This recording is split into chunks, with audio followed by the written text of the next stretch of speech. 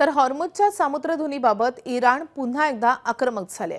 आमच्या परवानगीशिवाय कोणतेही जहाज हॉर्मुझमधून जाणार नाही। मित्र असो वा शत्रू कोणीही हॉर्मुझच्या सामुद्रधुनीतून जाऊ शकत नाही, असं इराणच्या लष्करानं इशारा दिलाय।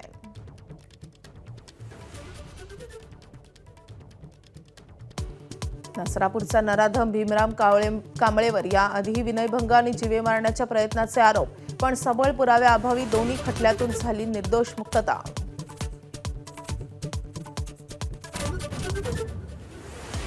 मुंबई नाशिक महामार्गावरचा खारेगावचा टोलनाका पुन्हा सुरू होणार। समृद्धी महामार्गाला जोडणाऱ्या आमने ते ठाणे मार्गासाठी वसूल करणार टोल। मुंबईकडे जाणाऱ्या प्रवाशांचा खिसा रिकामा होणार। मुंबईत ट्रॅफिक जाममुळे वैतागलेल्या महिलेचं नाव टीना चौधरी। माझ्या खांद्यावर बंदूक ठेवून राजकारण करू नका असं आवाहन। पोलीस ऐकूनच घेत नसल्यानं संतापल्याचं स्पष्टीकरण।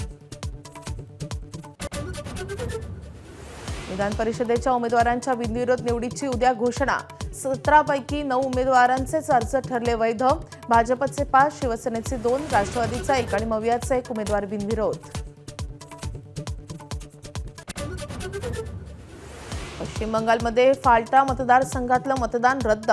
21 मे रोजी फाल्टातल्या सर्व 285 मतदान केंद्रांवर पुन्हा मतदान होणार। 24 मे रोजी मतमोजणी।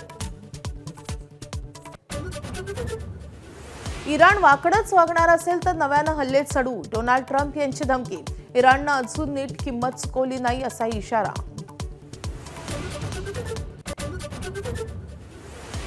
गीतकार प्रसून जोशी यांची प्रसार भारतीच्या अध्यक्षपदी निवड। प्रसून जोशी सध्या आहेत सेन्सॉर बोर्डाचे अध्यक्ष। जोशी यांना जाहिरात, सिनेमा, साहित्य अशा विविध क्षेत्रांचा दांडगा अनुभव।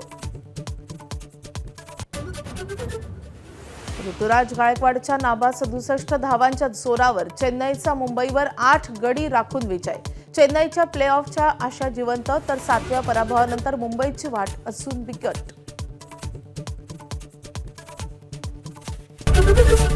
एबीपी माझा, उघडा डोळे बघा नीट।